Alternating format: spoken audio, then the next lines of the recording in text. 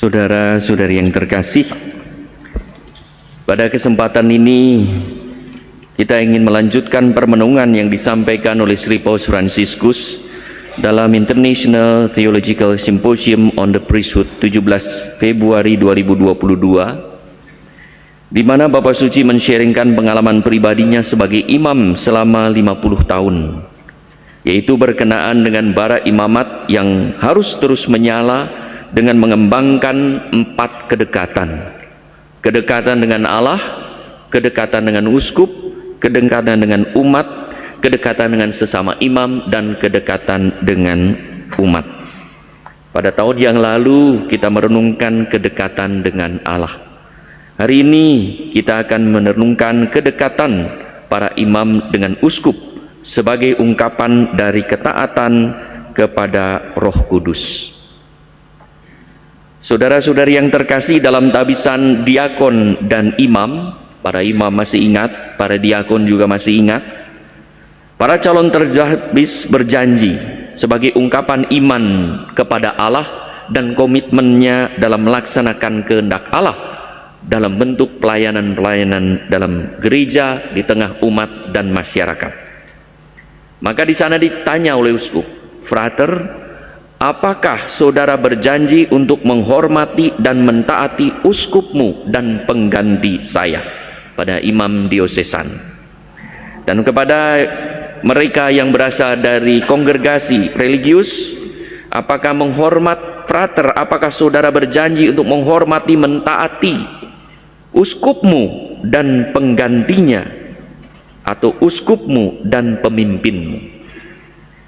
Saudara-saudara yang terkasih, kita semua, saya juga pernah berjanji. Apa yang kita hayati di balik janji tersebut?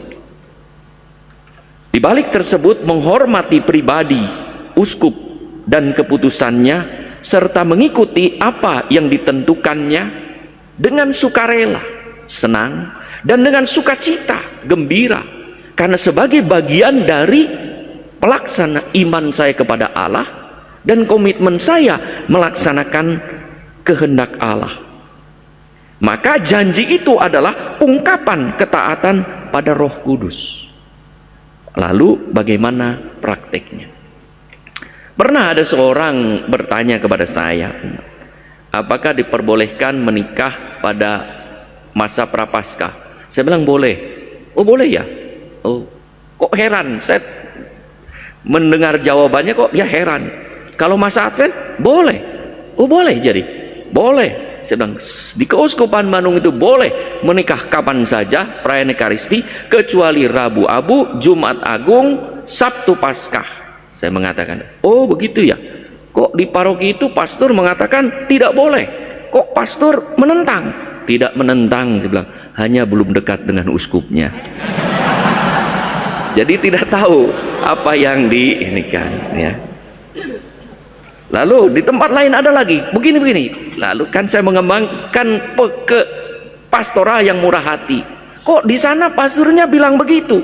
Ya, sepertinya kok berseberangan. Saya bilang tidak berseberangan, hanya masih jauh saja gitu ya, dengan uskupnya.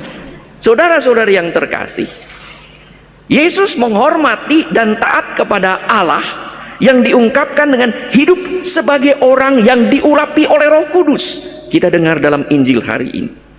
Maka dalam keadaan apapun ia hormat dan taat pada Allah melalui doa yang kusuk di pagi hari dan malam hari, serta tak henti tanpa lelah melakukan perbuatan baik, yaitu pekerjaan Bapa yang penuh belas kasih pada siang hari.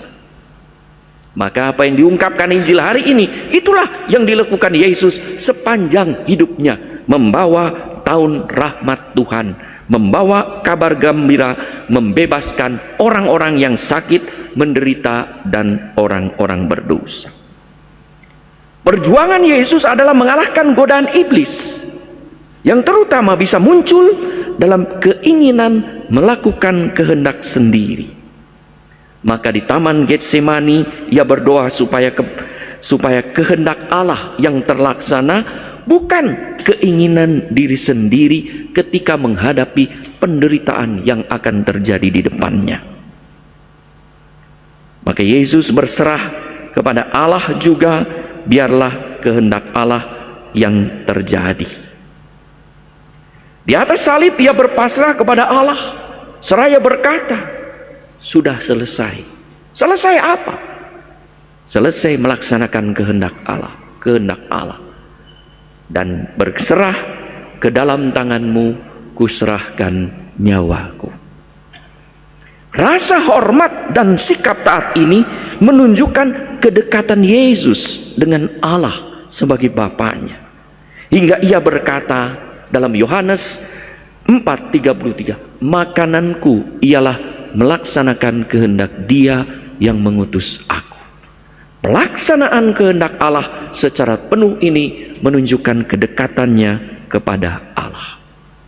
Saudara-saudari yang terkasih, para imam yang terkasih, tentang kedekatan dengan uskup, Sri Paus Fransiskus mengingatkan kita bahwa kedekatan dengan uskup bukanlah soal ketaatan semata, tetapi suatu ikatan persekutuan yang dalam, di mana beliau mengatakan taat dalam hal ini mematuhi uskup berarti belajar mendengarkan.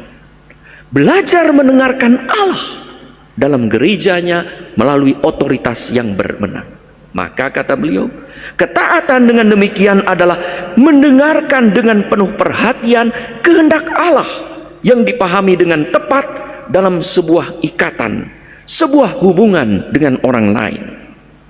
Maka saudara-saudari, ketaatan membuat orang keluar dari ketertutupan dirinya sendiri, dari kecenderungan egoistik untuk memikirkan diri sendiri, menikmati kesenangan yang dicarinya. Sebaliknya, justru ketaatan membuat orang terbuka pada relasi dengan orang lain dan mengembangkan sikap altruistik, sikap mau melayani orang lain. Bahwa saya hidup, bekerja, menjadi imam untuk melayani sesama dengan penuh komitmen sebagai ungkapan iman pada Allah. Maka hidup saya, perkataan, perbuatan, gerak-gerik saya menghadirkan belas kasih Allah untuk menyatakan kemuliaan Allah, dan orang lain yang mengalaminya mendapatkan berkat Tuhan.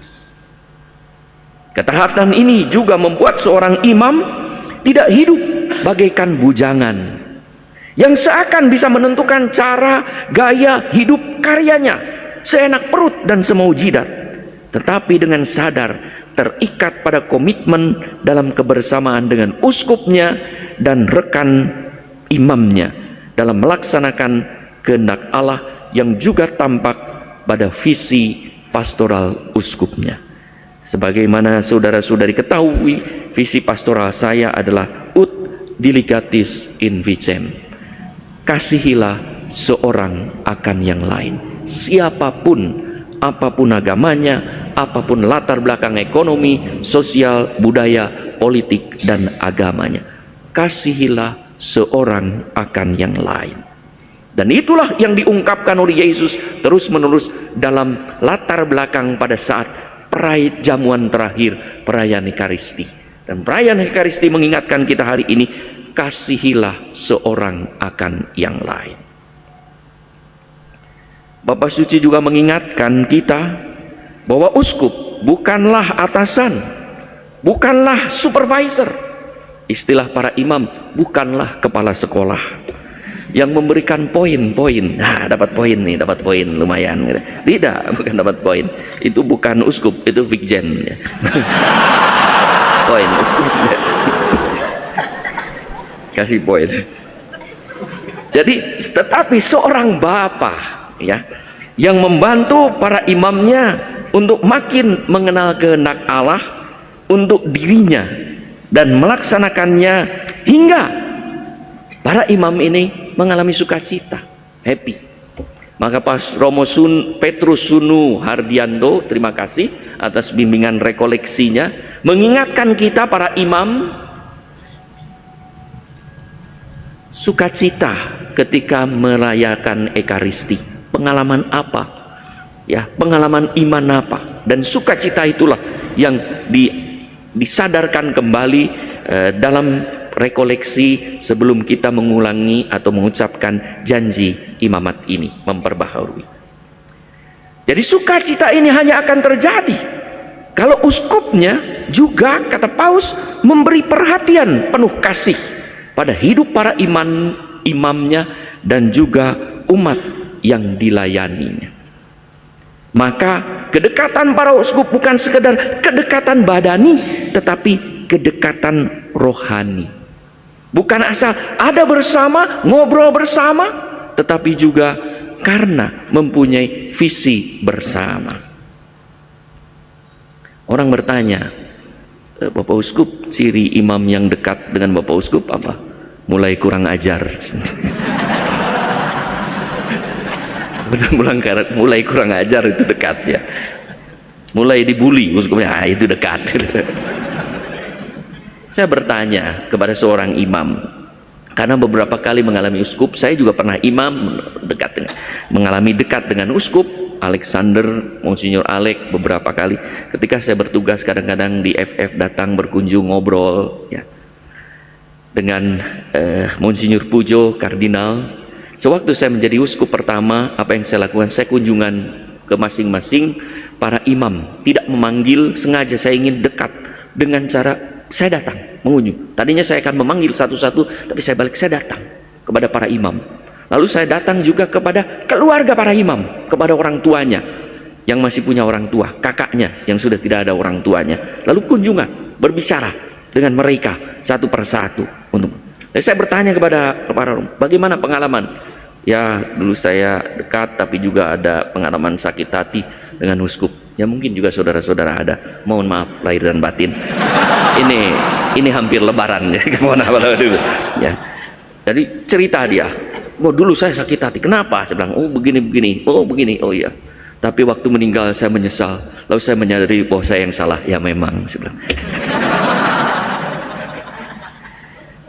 Jadi bisa salah ya. Maka para imam juga diharapkan berdoa untuk uskupnya ya. Dan merasa bebas untuk mengungkapkan pendapat mereka dengan rasa hormat, keberanian dan ketulusan, sehingga boleh berbeda, boleh berdiskusi.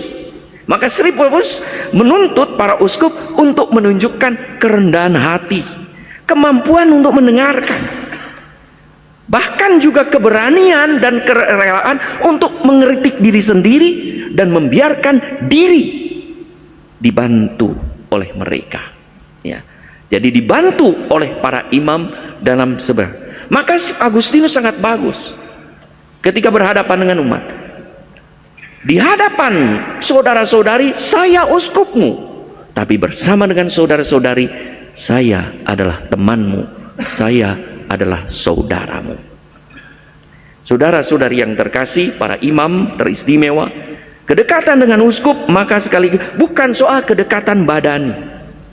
Karena makin sering orang bertemu atau berbicara, apalagi imam-imam ada yang rajin sering membawa proposal, tetapi juga kedekatan rohani karena makin mampu memahami, melaksanakan visi pastoral. Kedekatan salah satunya tampak dalam rasa aman dan nyaman ketika ada bersama, tidak tertekan. Maka kalau saudara-saudara para imam masih merasa tertekan pada saya, berarti saya masih jauh dari saudara ya. Mohon maaf dan lahir dan batin itu ya. Tapi kalau saudara sudah kurang ajar dengan saya, berarti sudah dekat, tidak apa-apa. Ini memang nasibnya begitu. Lalu juga ketika ada bersama, ada rasa sukacita. Ada rasa sukacita saat berkarya, dimanapun, dalam bidang apapun. Untuk itulah saya juga berusaha selalu memahami apa yang menjadi keprihatinan Bapa Suci, yang saya imani sebagai bagian dari kehendak Allah, dan saya amini dalam melaksanakan melaksanakan kehendak Allah dalam tugas-tugas pastoral saya dengan setia, apa yang menjadi keprihatinan Sri Paus Fransiskus saat ini. Bagaimana pastoral belas kasihnya luar biasa mengatasi berbagai kekakuan aturan, menembus hati manusia yang rapuh, membongkar kebekuan hukum yang seringkali tidak memberi tempat pada manusia. Atas nama umat yang dilayani dengan setia, saya mengucapkan terima kasih kepada para imam dan bersyukur kepada Allah atas kesetiaan para imam pada janji imamat dan kesungguhan dalam melaksanakan tugas kegembalaan di tempat masing-masing. Dan juga bersama umat mendoakan para imam, serta dengan rendah hati saya mohon kepada para imam dan umat sebagaimana nanti akan diungkapkan dalam doa umat untuk terus mendoakan saya agar bisa menjadi gembala yang baik, gembala yang bisa mewujudkan ut delegatis in vicem.